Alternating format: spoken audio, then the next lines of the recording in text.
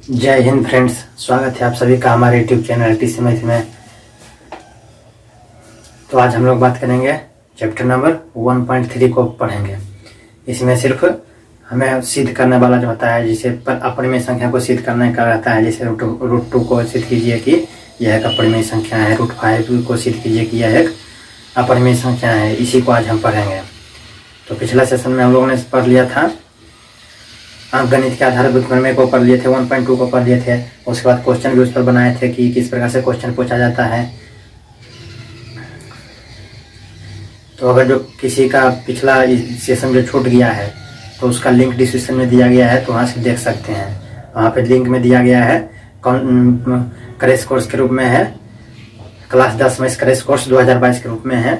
और उसके बाद उसके नीचे में मिलेगा आपको एनसीईआरटी का लिंक। एनसीईआरटी के बुक का जो प्रैक्टिस करवाते हैं एनसीईआरटी के बुक से, उसका लिंक दिया गया है, तो वहाँ से भी देख सकते हैं।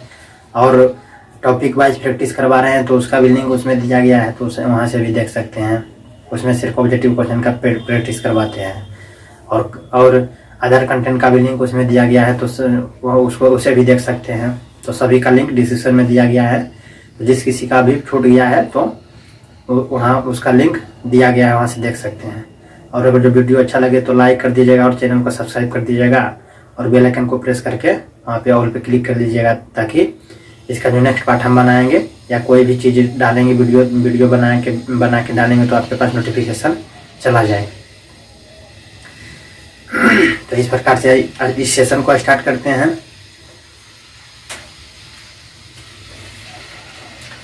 वन 1.3 इसमें हमें वही सिद्ध करना है। इसमें ज़्यादा इसमें टाइम नहीं लेंगे। एक ठो दो ठो जो क्वेश्चन होता है उसे सिद्ध करके देख लेंगे और बाकी सभी क्वेश्चन में वही मेथड को लगाना है। बस सिर्फ एक ठो दो ठो क्वेश्चन हम बना लेंगे। तो उससे बनाने से पहले हम समझ लेते हैं पहले दिन इस सेशन का चैप्टर नंबर 1.1 था, उसी में बताए थे अपरिमेय संख्या किसे कहते हैं। लेकिन आज इसे रिवाइज करवा देते हैं। तो परिमेय संख्या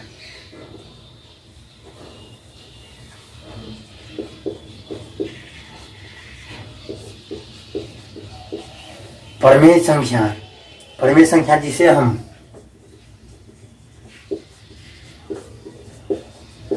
P/Q के रूप में लिख सकते हैं, जहां P तथा Q पूर्णांक है तथा Q not equal to 0। Q 0 रहेगा तो इसका माना परिभाषित हो जाएगा P/Q है, तो नीचे में Q रहेगा 0 अगर जो हो जाएगा। तो किसी को लगता होगा कि Q not equal to 0 means क्या होगा, लेकिन तो Q जैसे 4 बटे मान लेते हैं P/Q है, तो P को मान लेते हैं 4 और Q को मान लेते हैं क्या 0। Q नॉट इक्वल टू 0 यानी Q 0 नहीं रहेगा और पूर्णांक है तो Q 0 नहीं रहेगा। अगर 0 रहेगा तो 0 रहेगा अगर जो तो 4 में भागा देंगे हम किससे 0 से। तो 4 में भागा देंगे हम 0 से, तो 0 मरते लगाएंगे, 0 को पढ़ेंगे 0 मरते, तो 0 मरते पढ़ेंगे तो फिर 0 आएगा, फिर 4 उतरेगा, फिर 0 को पढ़ेंगे 0 मरते, 1 मरते भी पढ़ेंगे तो भी 0 आएगा, 2 मरते भी पढ़ेंगे 0 को तो 0 ही आएगा। तो 1 मरते पढ़ेंगे 2 मरते जो भी पढ़े तो फिर इसका भी 0 ही आ रहा है। फिर 4 इस प्रकार से इसका कोई मान निकलेगा, निश्चित मान नहीं निकलेगा, यानी अपरिभाषित इन्फिनिटिव यानी अनंत इसका मान हम ज्ञात नहीं कर सकते हैं, असंभव अपरिभाषित मान हो जाएगा। तो इस चलते हम 0 नहीं रहेगा, बटा में Q नॉट इक्वल टू 0 रहेगा। तो यहाँ पर 0 नहीं रहेगा बटा में, इस चलते Q नॉट इक्वल टू 0 लिखा है। तो इसको समझा दिए हैं। P तथा Q पूर्णांक है यानी पूर्णांक है तथा Q नॉट इक्वल टू 0 है, उसी को हम परिमेय संख्या कहा जाता है, जिसे हम P/Q के रूप में लिख सकते हैं। और उसके बाद अपरिमेय संख्या दूसरा आता है। अपरिमेय संख्या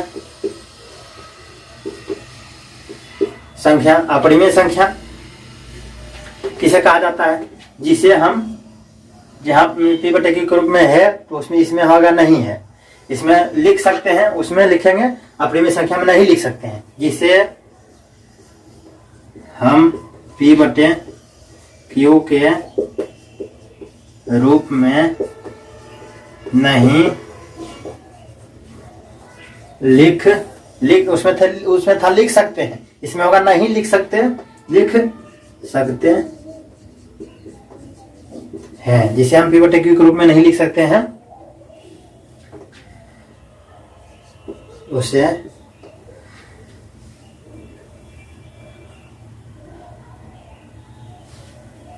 कॉमा परिमेय संख्या कहलाता है। तो उसे हम अपरिमेय संख्या कहते हैं। जैसे एग्जांपल में समझ लेते हैं, अपरिमेय संख्या के उदाहरण देख लेते हैं, जैसे √2, √3, √5, √6, √7 डॉट डॉट इस प्रकार से जो भी है, जैसे 0.1011011110 जो भी इस प्रकार से है, और 0.12111 जो भी जा रहा है, तो 0.2 ये सब क्या है, अपरिमेय संख्या का उदाहरण है। तो परिमेय संख्या अपरिमेय संख्या को समझ लिए हैं। अब हम इसमें सिर्फ क्वेश्चन रहेगा, जिसे क्वेश्चन रहेगा, क्वेश्चन सिद्ध कीजिए कि √5 एक अपरिमेय संख्या है। तो हम एक से 2 क्वेश्चन सिद्ध कर लेंगे, बस सारा क्वेश्चन में वही स्टेप फॉलो होगा। तो 1 से 2 क्वेश्चन हम यहाँ पर सिद्ध कर देते हैं। उसके बाद इस सेशन को 1.3 में ज़्यादा इसको घसीटेंगे नहीं, क्योंकि यहाँ पर चल रहा है क्रैश कोर्स चल रहा है, फुल्ली कॉन्सेप्ट का नहीं है कि तुरंत पूरा जो भी कॉन्सेप्ट है स्टार्ट किया उसके बाद 10 क्वेश्चन बनाए उसके बाद फिर नेक्स्ट टाइप स्टार्ट किया, इस प्रकार से नहीं। ये क्रैश कोर्स चल रहा है। एग्जाम 17 फरवरी से होगा एग्जाम, तो जहाँ तक हमसे होगा जो इम्पोर्टेंट चैप्टर है, जैसे कि स्टार्ट किए त्रिकोणमिति इम्पोर्टेंट चैप्टर होता है तो उसे स्टार्ट किए, उसमें बहुत ज़्यादा क्वेश्चन जो भी था बनाए, कॉन्सेप्ट को समझे, फार्मूला बताए। उसके बाद जब त्रिकोणमिति हो गया तो हाइट एंड डिस्टेंस उसी का पार्ट होता है, त्रिकोणमिति का ही जो मीनार वाला क्वेश्चन 5 नंबर का एक फिक्स क्वेश्चन पूछता है, उसको चैप्टर नंबर 9 को समझे। उसके बाद चैप्टर नंबर 9 के बाद हम 7 को समझे, कोऑर्डिनेट ज्योमेट्री यानी निर्देशांक ज्योमेट्री को समझे, वो भी बहुत ही इंपॉर्टेंट होता है, बहुत आसान चैप्टर है। उसके बाद अर्थमेटिक प्रोग्रेशन को पढ़े, और जब अर्थमेटिक प्रोग्रेशन हो गया तो फिर हम स्टार्ट कर दिए रियल नंबर यानी वास्तविक संख्या, चैप्टर नंबर 1 को स्टार्ट कर दिए। अब जहाँ तक हमसे होगा 17 फरवरी से तक में जहाँ तक हमसे संभव होगा क्रैश कोर्स को आगे लेके जाएंगे। तो क्रैश कोर्स वहाँ तक चलेगा। और अगर जो आप सभी एग्जाम में जब पास हो जाइएगा, एग्जाम में देख के पास हो जाएगा, तो आप सब तो निकल जाएगा पास होके, तो अपने मित्र भाई बहन दोस्त को बोल देना है कि वहाँ से कॉन्सेप्ट बैच स्टार्ट करेंगे, तो फुल्ली कॉन्सेप्ट उसमें रहेगा, उसमें हम एक एक पॉइंट को समझाया जाएगा और उसके बाद बहुत सारा क्वेश्चन भी बनाएंगे।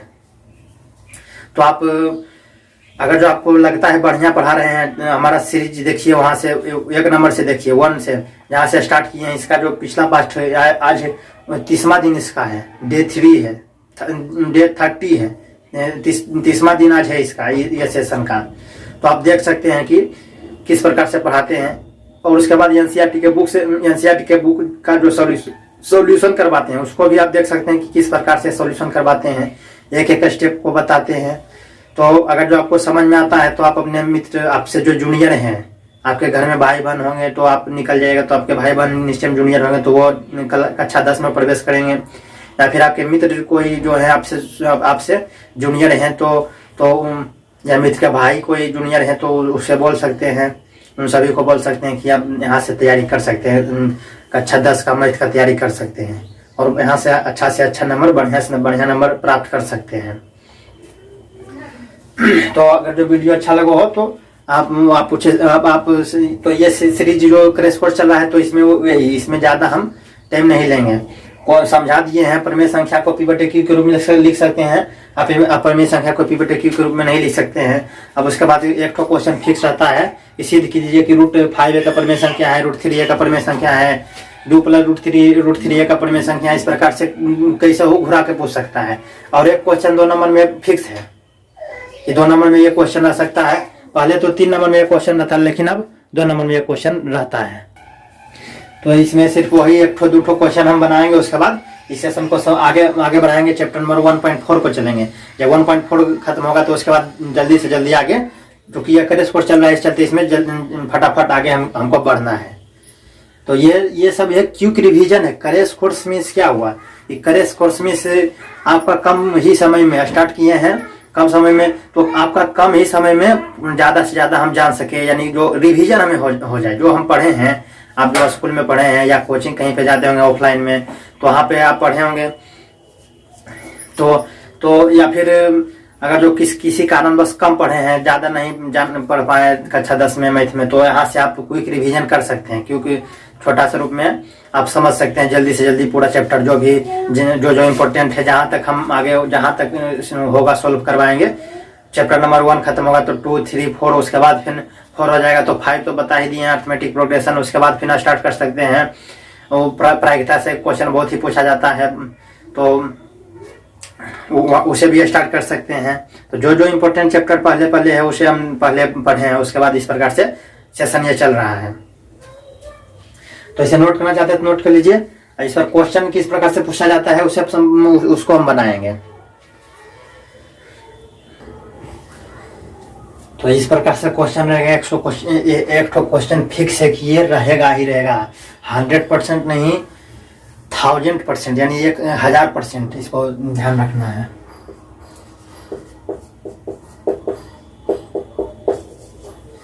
ये एक क्वेश्चन हर एग्जाम में हर साल पूछा जाता है, इसलिए इसे अब रूट 5 की जगह पर रूट 3 रह सकता है, रूट 3 की जगह पर रूट 2 रह सकता है, रूट 2 की जगह पर रूट 7 रह सकता है। तो यहाँ पर चेंज रह सकता है, लेकिन ये लिखा हुआ चेंज नहीं रहेगा। सिद्ध करें कि एक अपरिमेय संख्या है, ये एक क्वेश्चन फिक्स रहेगा। या फिर 2 + √3 एक सिद्ध कीजिए, 2 + √3, 2 - √3, जो भी रहेगा, √3 एक अपरिमेय संख्या है।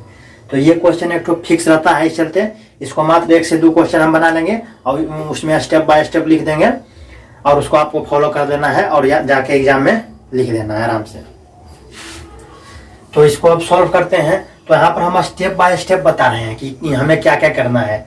और एग्जाम में आप नहीं लिखिएगा कि ये स्टेप 1 स्टेप 2 इस प्रकार से नहीं। यहाँ पर हम समझने के लिए ध्यान की, ताकि आपको स्टेप ध्यान में रहे, तो आप ध्यान एग्जाम में बैठिएगा तो बोलिए, समझ में आ जाएगा कि अरे सर बताए थे, सर जी बताए थे, भैया जो बोल रहे थे, पढ़ा रहे थे, तो स्टेप 1 में क्या बोले थे, स्टेप 2 में क्या बोले थे, स्टेप 3 में क्या बोले थे। तो ध्यान में रखना है कि स्टेप 1 में क्या करते हैं, स्टेप 2 में क्या करते हैं, तो इसी को ध्यान रखना है। अब रूट 3 है तो रूट 5 है तो रूट 3 भी रह सकता है, तो ये चेंज रह सकता है, लेकिन ये तो सभी में वही हमें लागू करेंगे, वो वही रहेगा। तो इसको सॉल्व करते हैं। सॉल्व इसे सिद्ध करना है, तो इसे सॉल्व नहीं, हल नहीं करेंगे, सिद्ध करेंगे इसे। तो सिद्ध करेंगे तो क्या इसमें स्टेप 1 में क्या करना है, स्टेप 1 में क्या पहले करना है। एग्जाम में आपको स्टेप 1 नहीं लिखना है, जैसे हम यहाँ पर STEP स्टेप 1 लिखे हैं ना, तो आप एग्जाम में नहीं लिखिएगा स्टेप 1 माना कि √5 एक परिमेय संख्या है, माना कि √5 एक अपरिमेय संख्या है, तो इसके विपरीत मान लेंगे। यहाँ पर क्या है, अपरिमेय संख्या है, तो हम क्या मान लेंगे, माना कि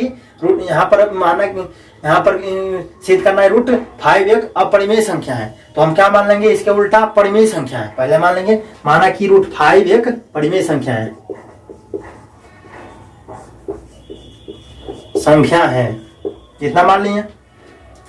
स्टेप 1 में क्या मानना है, तो एग्जाम में आपको ये नहीं लिखना है, सिर्फ आपको लिखना है एग्जाम में माना कि √5 एक परिमेय संख्या है, ये नहीं लिखना है स्टेप 1। ये स्टेप 1 हम लिख रहे हैं यहाँ पर ध्यान में रहने के लिए कि आप एग्जाम से पहले अगर जो नहीं सिद्ध करने आता है तो आप स्टेप बाय स्टेप याद करके रखें, और एग्जाम से पहले याद कर लें उसे, और जाके आप स्टेप बाय स्टेप ध्यान में रहेगा तो याद रहेगा स्टेप 1 में क्या करना है। तो हाँ भाई माना कि √5 एक परिमेय संख्या है। उसके बाद स्टेप 2 में क्या बोले थे, स्टेप 3 में क्या बोले थे, तो स्टेप बाय स्टेप आपको याद रखना है, और स्टेप वहाँ पे नहीं लिखना है, STEP स्टेप नहीं लिखना है, सिर्फ लिखना है माना कि √5 एक परिमेय संख्या है। तो हम क्या बताए थे कि √5 जब परिमेय संख्या किसे कहा जाता है, जिसे हम P/Q के रूप में लिख सकते हैं। परिमेय संख्या किसे कहा जाता है, जिसे हम P/Q के रूप में लिख सकते हैं। तो √5 है, तो √5 क्या माने हैं, परिमेय संख्या माने हैं, तो हम इसे P/Q के रूप में, इसके बराबर में P/Q के रूप में नहीं लिख सकते हैं √5 को। तो √5 बराबर P/Q नहीं कर सकते हैं हम। तो जब हम मान लिए हैं परिमेय संख्या, तो परिमेय संख्या को P/Q के रूप में लिखा जाता है, जहाँ Q ≠ 0 होता है। तो हम रूट 5 बराबर पी बटे क्यू नहीं लिख सकते हैं, क्योंकि परिमेय संख्या को हम पी बटे क्यू के रूप में लिखते हैं। तो इस चलते माना कि रूट 5 अब परिमेय संख्या है, तो जब रूट 5 एक परिमेय संख्या होगा, तो जब रूट 5 एक परिमेय संख्या माने तो लिखेंगे जब रूट 5 एक परिमेय संख्या है, तो जब परिमेय संख्या है तो क्या लिख सकते हैं, रूट 5 बराबर हम नहीं लिख सकते हैं।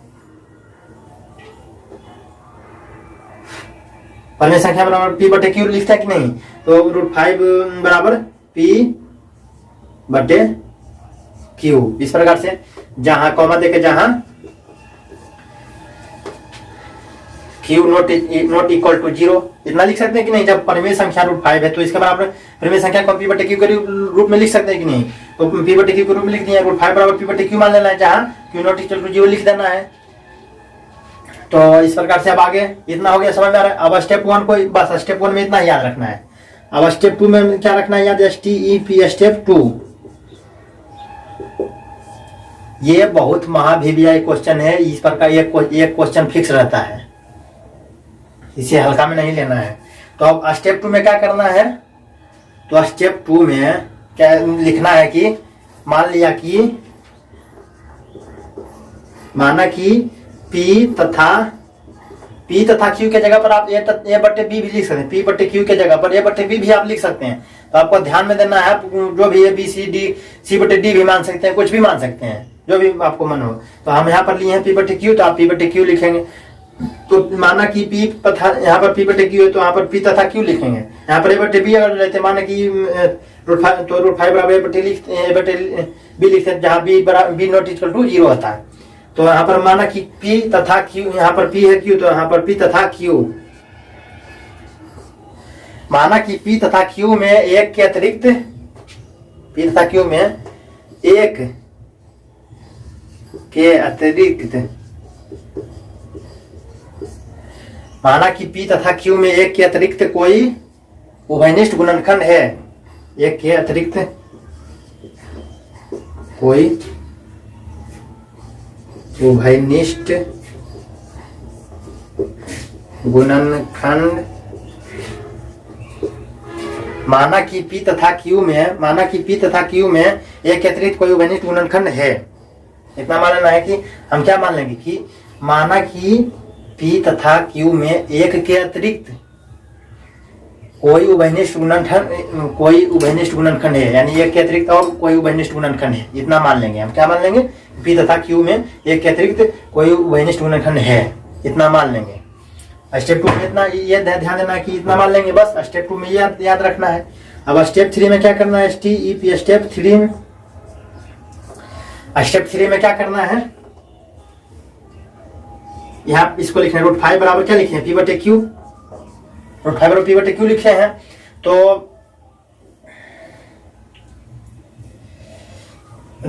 उसके बाद तो अब दोनों तरफ वर्ग करने पर, दोनों तरफ हम वर्ग करेंगे, दोनों तरफ वर्ग यानी दोनों तरफ हम स्क्वायर करेंगे। दोनों तरफ Q लिखते हैं यानी घन, तो हम दोनों तरफ पावर 3 करते हैं। तो इधर है तो रूट 5 है, तो रूट 5 का क्या करेंगे, दोनों तरफ स्क्वायर करेंगे। तो इधर भी स्क्वायर है बराबर P बटे P है, तो P बटे Q का स्क्वायर करेंगे। दोनों तरफ हम स्क्वायर लिखे, तो दोनों तरफ हम स्क्वायर करेंगे कि नहीं, दोनों तरफ वर्ग करने पर यानी स्क्वायर, तो रूट 5 बराबर क्या स्क्वायर बराबर P बटे Q के स्क्वायर होल स्क्वायर। तो इस प्रकार से आप यहाँ पर इसे आगे इस स्टेप को आगे बढ़ाते हैं। तो रूट 5 के स्क्वायर बराबर P बटे Q के स्क्वायर है, तो इसे हम इस प्रकार से लिख सकते हैं, स्क्वायर रूट को स्क्वायर से रूट खत्म हो जाता है। जैसे 5 है रूट है उसका स्क्वायर है, तो क्या हो जाएगा, सिर्फ 5 हो जाएगा। रूट 3 है और उस पर स्क्वायर है, तो स्क्वायर और रूट खा जाता है, स्क्वायर रूट खत्म हो जाता है। कहता है हम हटेंगे तो तुमको भी हटना पड़ेगा। रूट है यहाँ पर, रूट है यहाँ पर 3 है, और यहाँ पर आ गया स्क्वायर। तब बोला कि अगर जो तुम हमको हटाएगा, 3 को बोला, ये 2 आया, कहा 3 को, अगर जो तुम हमको हटाएगा यहाँ पर, तो हम तुम्हारा जो टोपी यहाँ पर है तुम्हारा टोपी भी हम छीन लेंगे, यानी स्क्वायर को भी छीन लेंगे। जब हम हटेंगे तो इसको भी हम लेके जाएंगे, और जब हम रहेंगे तो ये भी रहेगा, ये तुम जान लो। पर ये तो ऐसा नहीं है कि जब हम रहेंगे तो जब जब स्क्वायर रहेगा तो √3 रहेगा ही, ऐसा भी कोई नहीं है। लेकिन ये नहीं भी ये रहेगा तो ये रूट नहीं भी रह सकता है। लेकिन अगर जो रूट रहेगा और ये रहेगा तो अगर जो इसको हटाएंगे तो ये एकदम हर हालत में इसको टोपी को लेकर भाग जाएगा। ये 2 हर हालत में इसका टोपी 3 का टोपी खींच के लग जाएगा। बोलेगा कि अगर जो हमको हटाएगा, 2 बोलेगा 3 से कि अगर जो तुम हमको हटाएगा तुम हमारा टोपी तो तुम्हारा टोपी को हम खींच लेंगे। इसलिए इस चलते हमको हटाना नहीं। अगर हटाएगा तो तुम हमको टोपी दे दो अपना, उसके बाद हम प्रेम से चल जाएंगे। तो इस प्रकार से स्क्वायर को अगर जो हम हटाएंगे तो रूट खत्म हो जाएगा, तो सिर्फ रूट के अंदर क्या बचेगा 3। बस ये ध्यान देना है। तो यहाँ पर क्या है, स्क्वायर से स्क्वायर हटाएंगे हम तो क्या बचेगा, स्क्वायर के अंदर सिर्फ क्या है 5, तो 5 यहाँ पर बचेगा तो बराबर 5 हो जाएगा बराबर। अब P/Q के होल स्क्वायर है तो P पर भी स्क्वायर Q पर भी है। जैसे 4/5 है और उस पर इस प्रकार से पावर है तो स्क्वायर यानी दोनों पर है। अगर जो 4 है इस प्रकार से रहता स्क्वायर, बटा में 5 रहता तो फिर नहीं, सिर्फ 4 पर रहता। 4 का स्क्वायर रहता यानी कि 16/4 चौक 16 यानी 16/5 हो जाता। लेकिन यहाँ पर 4/5 का होल दोनों पर है, इस प्रकार से ब्रैकेट बंद है, दोनों पर है तो क्या हो जाएगा 4 के स्क्वायर प्लस 5 के स्क्वायर होता है। इस प्रकार से दोनों पर होगा तो 4 चौक 16 5×5 25 हो जाएगा। लेकिन अगर तो ये 1 पर है तो इस प्रकार से 1 पर होगा। तो यहाँ पर क्या है ब्रैकेट में है दोनों तो दोनों पर स्क्वायर है। तो बराबर क्या होगा P²/Q² यानी कि ऊपर में भी P² होगा, नीचे में भी Q² होगा। इतना होगा, समझ में आ रहा है कि नहीं। स्टेप 3 को ध्यान देना है। उसके बाद अब हम क्या करेंगे, Q² को उधर लेके जाएंगे, भागा में तो बराबर को उधर लेके जाएंगे तो क्या हो जाएगा, गुना में रहेगा तो बराबर को उधर लेके जाएंगे तो भागा में, प्लस में रहेगा इधर तो बराबर को उधर चल जाएगा तो माइनस में इधर रहेगा तो बराबर को उधर चल जाएगा तो प्लस में हो जाएगा। इस प्रकार से ध्यान देना है। तो यहाँ पर ये भागा में है, भागा में तो बराबर के इधर लेके जाएंगे तो क्या हो जाएगा, गुना में हो जाएगा, 5 के गुना में तो Q² हो जाएगा, Q² × 5 या 5Q² भी लिख सकते हैं आप इसे, 5Q² बराबर इधर क्या बच गया P²। इतना समझ में आ रहा है कि नहीं। इसे मान लेते हैं समीकरण फर्स्ट, हम मान लेते हैं बस। उसके बाद आगे ध्यान देना है। अब यहाँ पर 5 है, 5Q² है, 5Q² बराबर P² है तो 5P को विभाजित कर रहा है कि नहीं, बराबर है। जैसे बराबर में है ये 5Q² क्या है बराबर P² यानी 5 की किसको विभाजित कर रहा है, Q को विभाजित कर रहा है कि नहीं। तो लिखना है कि 5, Q P² को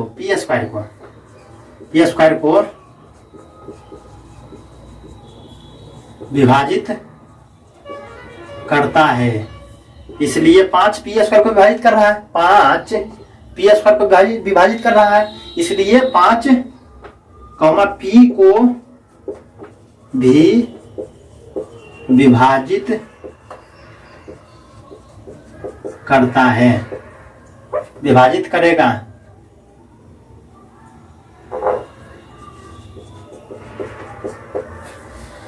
पांच P² को विभाजित करता है तो इसलिए 5P को भी विभाजित करेगा।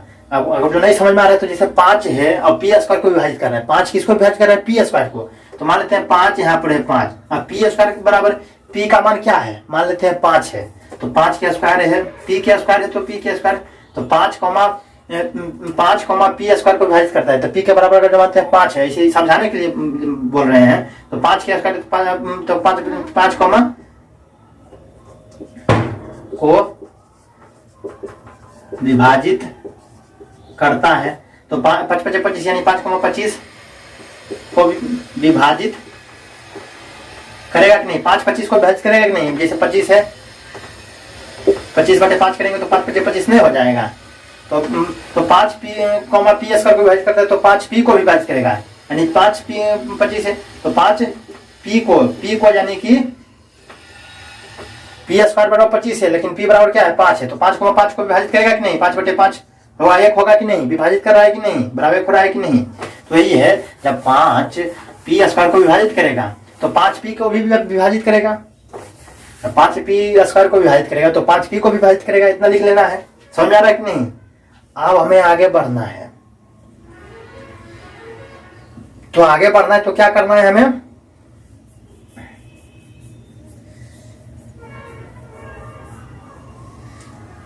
तो अब स्टेप 3, अब स्टेप 4। स्टेप 4 में हमें ध्यान देना है कि मान लेना है कि P बराबर, माना कि P बराबर 5m, इतना मानना है स्टेप 4 में। स्टेप 4 में क्या मान लेना है कि माना कि P बराबर कितना मान लेंगे 5m, जहां m स्मॉल m है, m कोई पूर्णांक है, जहां m कोई क्या है पूर्णांक है। तो क्या अपने मन से मानेंगे P बराबर 5m, जहां m कोई पूर्णांक है, इतना लिखना है। उसके बाद तो अब दोनों तरफ वर्ग करने पर, तो दोनों तरफ वर्ग करेंगे तो क्या हो जाएगा P स्क्वायर बराबर 5m स्क्वायर, 5m का होल स्क्वायर होगा ना, 5m है तो P स्क्वायर है, तो इधर भी स्क्वायर करने की सिर्फ 5 ऐसा नहीं लिखना, 5m स्क्वायर नहीं लिख देंगे, नहीं तो गलत हो जाएगा। दोनों में ब्रैकेट, छोटी ब्रैकेट देना है, 5m उसका होल स्क्वायर देना है, यानी कि 5 पर भी स्क्वायर है और m पर भी स्क्वायर है, तो यानी कि P स्क्वायर, तो P स्क्वायर बराबर क्या हो जाएगा, P स्क्वायर बराबर 5 5 25, m का स्क्वायर तो m स्क्वायर हो जाएगा। इस प्रकार से होगा, यानी कि अगर जो हम डायरेक्ट लिख जाएंगे, अगर जो 5m स्क्वायर, तो ये गलत हो जाएगा। दोनों तरफ हम स्क्वायर करेंगे तो इधर 5m है, तो 5m तो दोनों पर होगा स्क्वायर, 5 पर भी स्क्वायर है, m पर भी स्क्वायर है, तो 5 पर, तो 5 का स्क्वायर यानी 5 5 25, m का स्क्वायर तो m, तो 5 5 25 m स्क्वायर हो जाएगा। तो इसे हम क्या मान लेंगे, समीकरण क्या वहां पर फर्स्ट माने थे, यहाँ पर सेकेंड मान लेंगे, इसे हम मान लेंगे सेकेंड, P स्क्वायर बराबर 25m स्क्वायर, इतना आ गया। अब समीकरण सेकेंड का समीकरण फर्स्ट में मान देना है, स्टेप फर्स्ट में मान भरना है, स्टेप 4, स्टेप 5 में समीकरण 2 का मान समीकरण 1 में रखने पर, अगर जो किसी को नहीं लिख रहे हैं तो नहीं दिखाई दे रहा होगा, तो आप मुंह से बोल रहे हैं तो उसे भी आप ध्यान में रख सकते हैं, दे सकते हैं और नोट कर सकते हैं। तो समीकरण 2 का मान समीकरण 1 में रखने पर, तो समीकरण 2 में क्या है, P स्क्वायर बराबर 25m स्क्वायर है, और समीकरण 1 क्या है, समीकरण 1 को पहले लिखेंगे 5q स्क्वायर बराबर P स्क्वायर, इतना समीकरण 1 यही है, 5q स्क्वायर बराबर P स्क्वायर है। अब P स्क्वायर बराबर यहाँ पर P स्क्वायर है, तो यहाँ पर P स्क्वायर है, यहाँ पर P स्क्वायर है, तो P स्क्वायर बराबर क्या है 25m स्क्वायर, तो हम P स्क्वायर की जगह पर 25 हम m स्क्वायर लिख सकते हैं कि नहीं, यहाँ पर P स्क्वायर है, यहाँ पर P स्क्वायर है, तो यहाँ पर समीकरण 2 में P स्क्वायर बराबर 25m स्क्वायर है, तो हम P स्क्वायर की जगह पर हम 25m स्क्वायर नहीं लिख सकते हैं, तो हम 5q स्क्वायर बराबर 25m स्क्वायर लिख सकते हैं कि नहीं, समीकरण 2 का मान समीकरण 1 में रखने पर। तो अब 5 5 क्या हो जाएगा 25, 5 हो जाएगा, यानी कि बराबर क्या हो रहा है, q स्क्वायर बराबर हो रहा है 5m स्क्वायर, इतना हो रहा है, q स्क्वायर बराबर 5m स्क्वायर हो रहा है कि नहीं। अब यहाँ पर क्या हो रहा था, q स्क्वायर बराबर 5m स्क्वायर, यहाँ पर क्या था, 5q स्क्वायर बराबर P स्क्वायर, तो यही रूप यहाँ पर भी बन रहा है, लेकिन सिर्फ यहाँ पर P स्क्वायर की जगह पर इतना है, यहाँ पर Q स्क्वायर की जगह पर m स्क्वायर है। तो अब यहाँ पर इस स्टेप को आगे बढ़ाएंगे हम।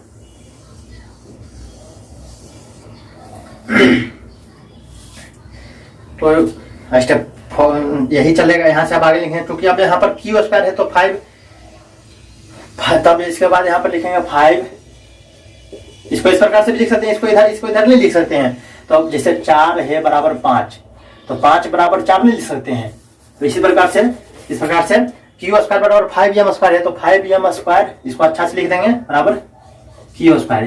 तो अब बराबर इससे हम आगे कहेंगे, चूंकि 5, Q, तो 5, Q स्क्वायर को विभाजित करता है, इसलिए 5, Q को भी विभाजित करेगा, 5, Q को भी विभाजित करेगा। 5 चूंकि 5 यही चीज लिखे यहाँ पर, जैसे 5, P स्क्वायर को विभाजित करता है तो 5, P को विभाजित करेगा। यहाँ पर 5, Q स्क्वायर को विभाजित करता है, इसलिए 5, Q को भी विभाजित करेगा। बस यही लिख लेना है, 5, Q को भी विभाजित करेगा। समझा दिए हैं। स्टेप 4 में बस यही ध्यान रखना है। तो इस प्रकार से समझ में आ रहा है कि नहीं। अब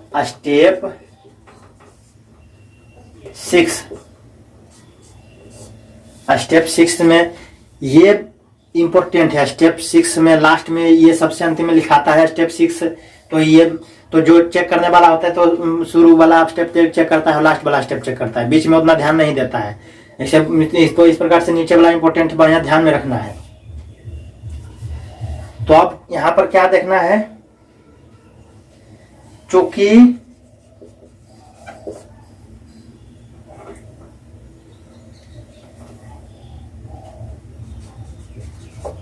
समीकरण 1 तथा समीकरण 2 से पता चलता है कि समीकरण 1 तथा 2 से क्या पता चला हमें कि यहां पर क्या था,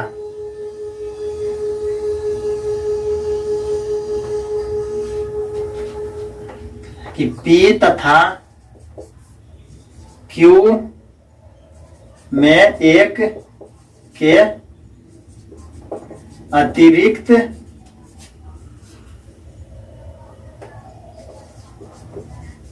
कोई भी उभयनिष्ठ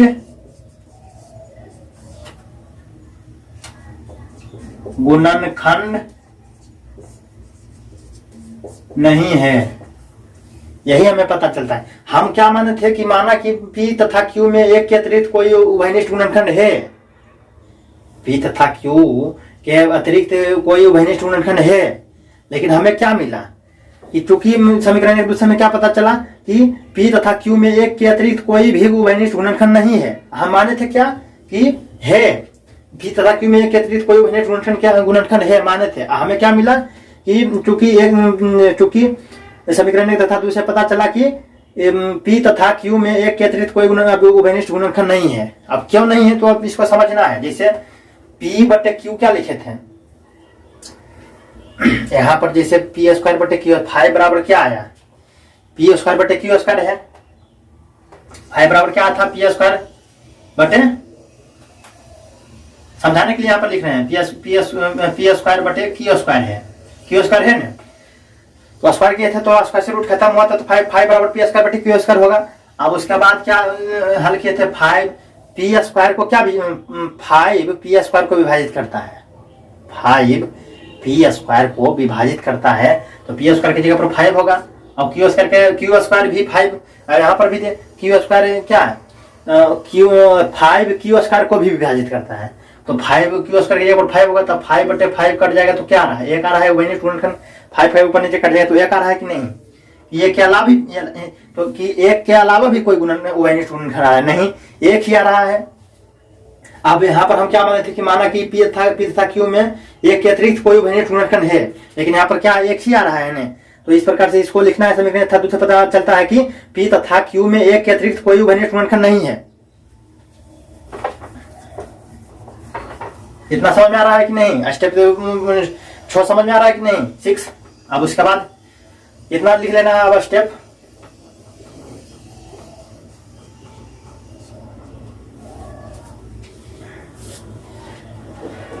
इस प्रकार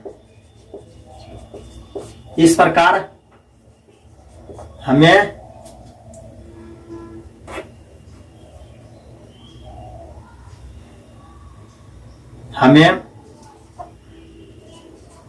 इस कथन मीन्स क्या, ये कथन जो लिखे हैं, इस कथन मीन्स क्या, ये कथन जो हम लिखे हैं, माना कि P तथा Q में एक के अतिरिक्त कोई गुणनखंड है, तो इसको आप यहाँ पर भी माना इस प्रकार से हमें इस कथन ब्रैकेट में आप, इस कथन है तो ब्रैकेट में ये इस कथन यानी ब्रैकेट में आप यहाँ पर लिख सकते हैं। ब्रैकेट में यहाँ पर इसको छोटा सा यहाँ पर आप लिख दीजिएगा, ये वाला लाइन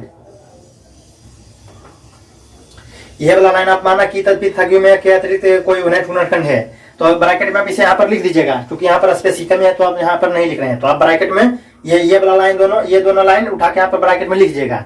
तो इस कथन का विरोधाभास प्राप्त हुआ और यह विरोधाभास इसलिए प्राप्त हुआ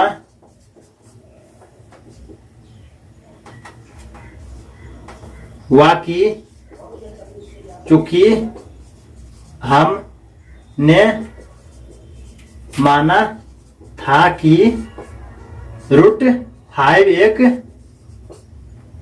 परिमेय संख्या है, अतः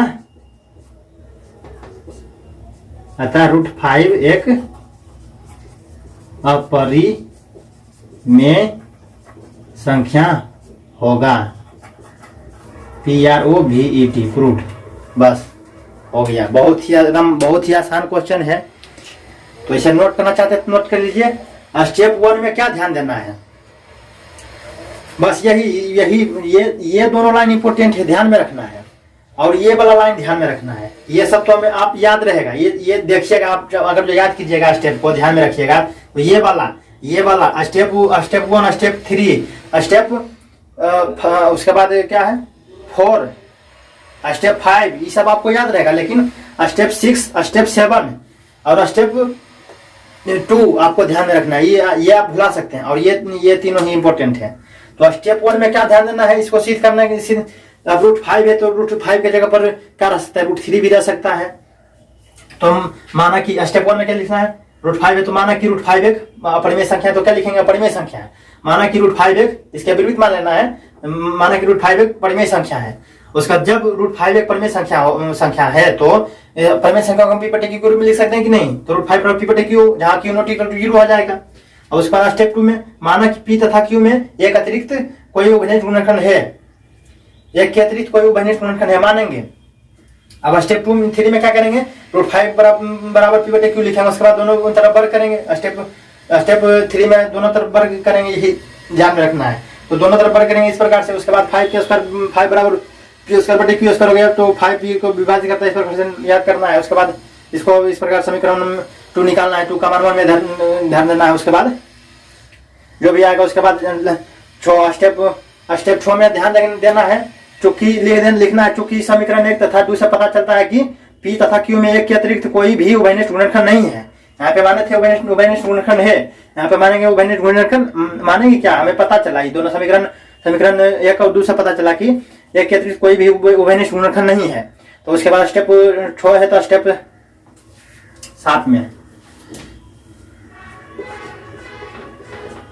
7 में इस प्रकार हमें इस कथन यानी कि माना कि P/Q और Q में एक के अतिरिक्त कोई उभयनिष्ठ गुणनखंड है का विरोधाभास प्राप्त हुआ। यहाँ पर माने थे, यहाँ पर नहीं आ रहा है, हमें विरोधाभास प्राप्त हुआ। और यह विरोधाभास इसलिए प्राप्त हुआ, अगर जो नहीं दिख रहा है तो हम मुंह से बोल रहे हैं, और यह विरोधाभास इसलिए प्राप्त हुआ कि क्यों प्राप्त हुआ, क्योंकि हम मान लिए थे वह क्या था, यह √5 एक अपरिमेय संख्या था, हम इसे क्या मान लिए थे, परिमेय संख्या। तो यह विरोधाभास इसीलिए प्राप्त हुआ हमें, और यह विरोधाभास इसीलिए हमें प्राप्त हुआ क्योंकि हमने माना था कि √5 एक परिमेय संख्या है। और उसके बाद अतः ये इतना विरोधाभास हमें प्राप्त हुआ, अतः लास्ट में ये लाइन लिख देना है, अतः √5 एक अपरिमेय संख्या है, प्रूव्ड, सिद्ध हुआ। तो इसे नोट करना चाहते हैं नोट कर लीजिए। और एक ठो इस पर बस यही स्टेप चलेगा। √5 है तो √5 रहेगा, तो यहाँ पर √3 रहेगा, तो √3 रहेगा तो यहाँ पर 3 हो जाएगा। सभी जगह 5, जहाँ 5 वहाँ पर 3 हो जाएगा। और 25 है तो 3 या 9 हो जाएगा। बस यही करना है। √5 की जगह पर अगर जो √3 है तो जहाँ 5 वहाँ पर 3 होगा। 25 है, यहाँ पर 25 है तो 3 या 9 हो जाएगा, 9 होगा, ध्यान देना है। तो बस बाकी सब हम वही लिखेंगे। √2 रहेगा तो जहाँ 2 है वहीं पर वही स्टेप रहेगा। और 2 के स्क्वायर 4 हो जाएगा, 5 के स्क्वायर 25 होता है, 3 के स्क्वायर 9 होगा, 2 के स्क्वायर 2 दूनी 4 हो जाएगा, तो यहाँ पर 4 हो जाएगा। तो इस प्रकार से बाकी सब वही रहेगा। अब हम एक दूसरा क्वेश्चन लिखते हैं जो रहता है 2 + √3। सिद्ध कीजिए 2 प्लस रूट 3 एक अपरिमेय संख्या है, 3 प्लस रूट 2 एक अपरिमेय संख्या है, तो उसको हम समझेंगे। जो प्लस वाला दो भाग में रहता है वो एक, जैसे 3 प्लस रूट 2 एक अपरिमेय संख्या है, इस प्रकार से। तो इसे नोट करना चाहते हैं, नोट कर लीजिए। दूसरा लिखते हैं,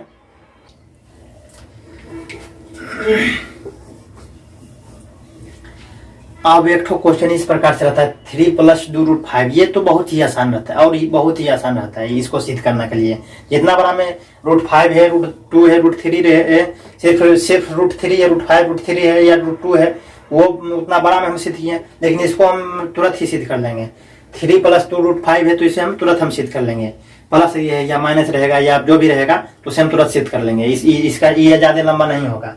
और यही 2 तरह का क्वेश्चन पूछेगा। और एक तो फिक्स है, महा भी लिखा हुआ, यम भी है, मोस्ट वेरी वेरी इंपॉर्टेंट। तो इसे हम सॉल्व करेंगे, सिद्ध करेंगे। तो क्या लिखेंगे स्टेप 1 में? स्टेप 1 में लिखेंगे माना कि वही रहेगा जो पिछला में था, वही स्टेप 1 रहेगा। माना कि 3 प्लस 2 रूट 5 एक यहाँ पर अपरिमेय है, तो यहाँ पर इसका उल्टा परिमेय कर देना है। माना कि 3 प्लस 2 रूट 5 एक परिमेय संख्या है। इतना है, परिमेय संख्या है। अब उसके बाद क्या करना है? परिमेय संख्या है तो जब 3 प्लस 2 रूट 5 एक परिमेय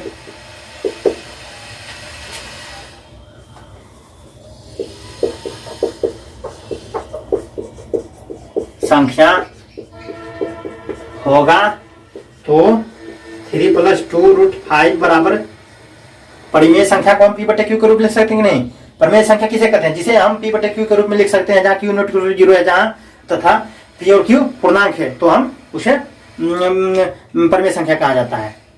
तो यहाँ पर जब माने हैं 3 प्लस 2 रूट 5 है परिमेय संख्या, तो परिमेय संख्या को हम पी बटे क्यू के रूप में लिख सकते हैं कि नहीं? तो 3 प्लस 2 रूट 5 बराबर पी बटे क्यू नहीं होगा। तो अब यहाँ पर हमें स्क्वायर नहीं करेंगे, यहाँ पर हम पी बटे क्यू की जगह पर ए बटे पी भी आप रख सकते हैं। जैसे आपको याद करना हो उस प्रकार से याद कर सकते हैं, रख सकते हैं। 3 प्लस 2 रूट 5 बराबर पी बटे क्यू, इतना हो गया। तो उसके बाद बराबर इसे सोल्व करेंगे। 3 इधर प्लस में तो बराबर उधर क्या हो जाएगा? तो माइनस में चल जाएगा। 3 प्लस में है तो बराबर के उधर जाएगा तो माइनस में हो जाएगा, तो हो जाएगा 2 रूट 5, रूट 5 था ना, रूट 5 बराबर पी बटे क्यू, प्लस है तो माइनस 3 हो जाएगा, इतना हो जाएगा। अब यहाँ पर नहीं पूछे तो क्या है? 1 है, तो अब 2 रूट 5 बराबर क्या हो जाएगा? पी बटे क्यू। तो क्यू और 1 के लसा क्यू हो जाएगा, और यहाँ पर क्यू में क्यू से भागा देंगे तो एक मतलब क्या रहता है? 1 गुने पी, तो पी हो जाएगा, 1 गुने पी तो पी हो जाएगा माइनस। अब 1 में क्यू से भागेंगे तो 1 में से क्यू में 1 से भागा देंगे तो 1 को पढ़ेंगे क्यू मरते, तो क्यू मरते पढ़ेंगे तो क्यू मरते कटेगा, तो क्यू गुने 3 तो 3 क्यू हो जाएगा। समझ में आ रहा है कि नहीं? यह लघुत्तम समापवर्धक एलसीएम कर रहे हैं। तो उसके बाद अब 2 हमें रूट 5 को अलग करना है। हम रूट के अंदर जो रूट के अंदर जो 5 है सिर्फ इसे रखना है, इसके साथ 2 है तो उस 2 को भी हम अलग कर देंगे। तो 2 इधर गुना में है तो बराबर को उधर जाएगा तो भागा में हो जाएगा। गुना वाला चीज बराबर को उधर भागा में हो जाता है, प्लस वाला चीज बराबर को उधर माइनस में हो जाता है। जैसे माइनस कर दिया, प्लस इधर 3 था तो बराबर को उधर माइनस 3 हो गया। तो इस प्रकार प्लस है तो माइनस, माइनस है तो प्लस, और गुना है तो भागा, भागा है तो गुना हो जाएगा। तो 2 गुना में तो बराबर को उधर भागा में चल जाएगा, तो रूट 5 इधर अकेला बच जाएगा बेचारा। उसके बाद पी माइनस 3 क्यू बटे इसके गुना में चल जाएगा, क्यू के गुना में चल जाएगा। ये क्यू है, इस प्रकार से क्यू है, तो इसको जी नहीं समझिएगा, क्यू है ये इस प्रकार से इसे क्यू नहीं लिखते हैं इस प्रकार से। तो क्यू है क्यू, तो क्यू गुने 2 तो 2 क्यू हो जाएगा। 2 क्यू इधर है 2 है तो 2 गुने क्यू तो 2 क्यू हो जाएगा। इतना हो गया, समझ में आ रहा है कि नहीं? अब p माइनस 3 क्यू बटे 3 क्यू बटे 2 क्यू हो गया। अब यहां पर हम बस यह स्टेप 1 इतना हुआ। अब स्टेप 2 में आपको क्या देना है? चूंकि p, 3, 2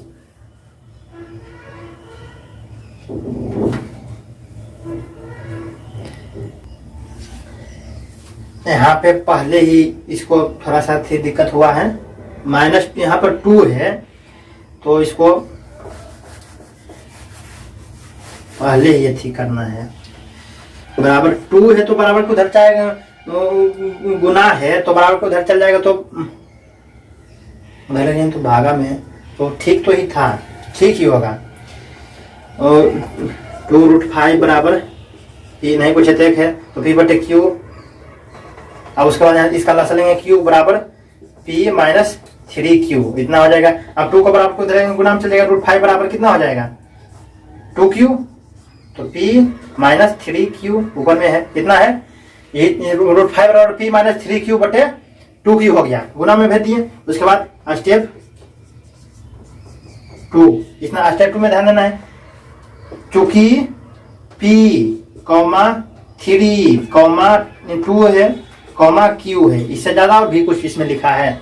Q लिखा है तो Q लिख दिए हैं, 2 जगह है तो Q लिखा है तो Q लिख दिए हैं, 3 है तो 3 लिख दिए, 2 है तो 2 लिख दिए, P है तो P लिख दिए हैं, क्योंकि P 3, 2 और Q पूर्णांक है, पूर्णांक ही है ना, 2 है तो 2 है तो पूर्णांक है, 3 है तो पूर्णांक है, Q है तो Q भी तो पूर्णांक ही है, तो पूर्णांक है। बस स्टेप 2 में यही ध्यान देना, P 3, 2 Q पूर्णांक है। यहाँ पर और जैसे और किसी हिसाब में यहाँ पर 4 आता, यहाँ पर 5 आता, तो 4, 5 P Q लिखते, ये भी मानते तो ये 3, 2 B लिखते हैं, इस प्रकार से लिखते कि नहीं, जहाँ Q not equal to 0, Q 0 नहीं रहना चाहिए, और नहीं रहना चाहिए बता दिए हैं पिछला हिसाब में। इतना समझ में आ रहा कि नहीं? अच्छा इतना लिखना है, Q नॉट 0 है, इसलिए जब इतना पूर्णांक है, इसलिए पूर्णांक है, इसलिए क्या है, इधर क्या है, P माइनस 3Q बटे 2Q, 3Q बटे 2Q एक परिमेय संख्या होगा।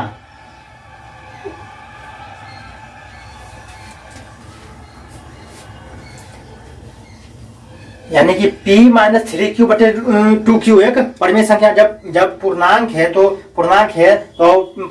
P बटे Q के रूप में लिखा है, तो परिमेय संख्या किसे कहता है, जिसे हम P बटे Q के रूप में लिख सकते हैं। तो ये P बटे, ये इसे मानते हैं P, इसे मानते हैं Q, तो P बटे Q के रूप में लिखा है कि नहीं, और पूर्णांक है तो हम जब P बटे Q के रूप में लिखें तो वो क्या कहलाएगा, पूर्णांक कहलाएगा। तो परिमेय संख्या के बारे में परिभाषा क्या है, जिसे हम P बटे Q के रूप में लिख सकते हैं, जहाँ Q नॉट इक्वल टू 0 तथा P और Q पूर्णांक है। तो यहाँ पर लिखा है P और Q पूर्णांक है, और 3, 2 Q P पूर्णांक है, तो तथा P बटे Q के रूप में लिखा है, पूर्णांक है और P बटे Q के रूप में लिखा है, तो यह क्या होगा, एक परिमेय संख्या होगा कि अपरिमेय संख्या होगा। परिमेय संख्या P बटे Q के रूप में लिख सकते हैं, तो परिमेय संख्या होगा। तो 3 माइनस P माइनस 3Q बटे 2Q एक परिमेय संख्या होगा। लेकिन √5 क्या है, लेकिन हम जानते हैं कि √5 एक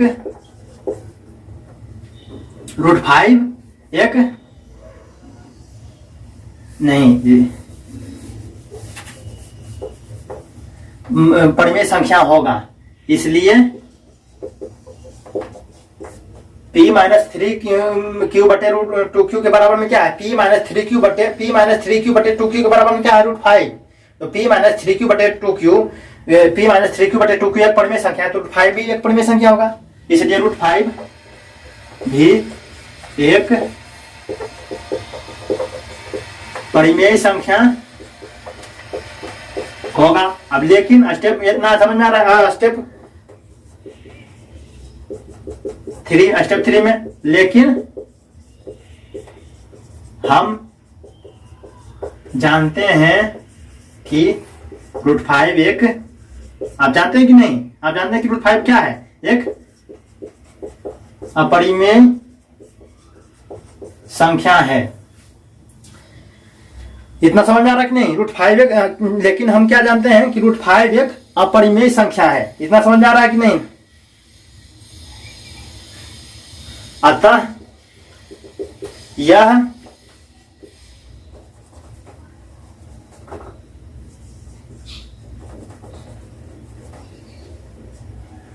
अतः यह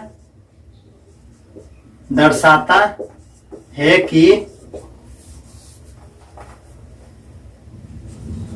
जो हम कथन माने थे वह गलत था। इसलिए 3 + 2√5 एक अपरिमेय संख्या होगा। बस यही है स्टेप 3।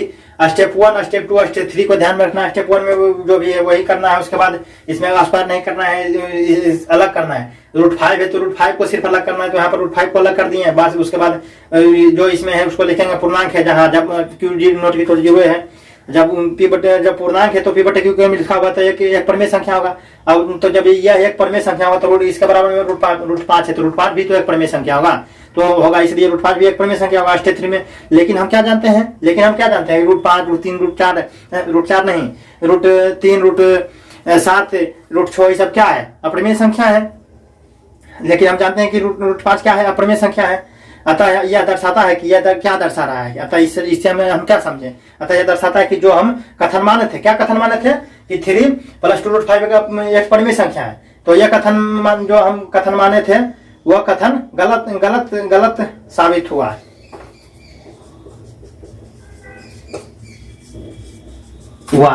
इसलिए साबित हुआ, गलत साबित हो गया। इसलिए अब क्या लिख देना? इसलिए लास्ट लाइन में 3 + 2√5 एक अपरिमेय संख्या होगा, प्रूव्ड।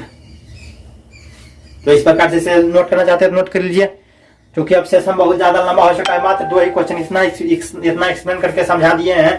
बस आपको और इसको ध्यान में रखना है और फिक्स कर देना है। ये एकदम 2 नंबर क्या पूछेगा तो आराम से शॉर्ट क्वेश्चन में पूछ देगा तो शॉर्ट क्वेश्चन में, लॉन्ग क्वेश्चन में पूछ देगा तो लॉन्ग क्वेश्चन में बना दीजिएगा। जैसा भी पूछेगा 5 नंबर में पूछ सकता है तो 5 नंबर में बना दीजिएगा। 2 नंबर में पूछेगा तो 2 नंबर में बना दीजिएगा। ऐसे तो 2 ही नंबर में पूछेगा शॉर्ट क्वेश्चन में। तो इस प्रकार से इस सेशन को समाप्त करते हैं। समझ में आ गया होगा किस प्रकार से हम इसे हल करते हैं। सिर्फ स्टेप को ध्यान रखना है और एग्जाम में स्टेप नहीं लिखना है। एग्जाम में सिर्फ आपको यहाँ से यहाँ तक लिखना है। स्टेप हम इसलिए लिखे हैं कि आप समझ सकें कि सर स्टेप 1 में ये इस प्रकार से केसित करने वाला था, तो स्टेप 1 में क्या बताए थे सर जी? हाँ भाई ये बताए थे। स्टेप 2 में क्या बताए थे? हाँ भाई ये बताए थे। स्टेप 3 में क्या बताए थे? हाँ भाई ये बताए थे। तो इस प्रकार से स्टेप बाय स्टेप आपको ध्यान में रखना है, एग्जाम से पहले याद कर लेना है। और एग्जाम में आपको टोटल जब आएगा तो आप फटाक से प्रूफ डेट कर देना है। आप इसे 4 से 5 बड़े घर में बना लीजिएगा। दोनों टाइप का क्वेश्चन है और दोनों बताए थे क्वेश्चन। ये 2 है, इससे पहले 4 क्वेश्चन सीख किए थे, उसमें अकेला था √5, √3, √2। इसमें 7 बना रहता है 3 + 2√5। इस प्रकार से जो भी रहता है, माइनस भी रह सकता है। तो इस प्रकार से आपको 1 से 2, 5 से 10 बार बना लेना है दोनों हिसाब को, स्टेप बाय स्टेप याद कर लेना है दोनों हिसाब को। और एग्जाम में आराम से 2 नंबर 3 नंबर पक्का कर लेना है, 2 नंबर।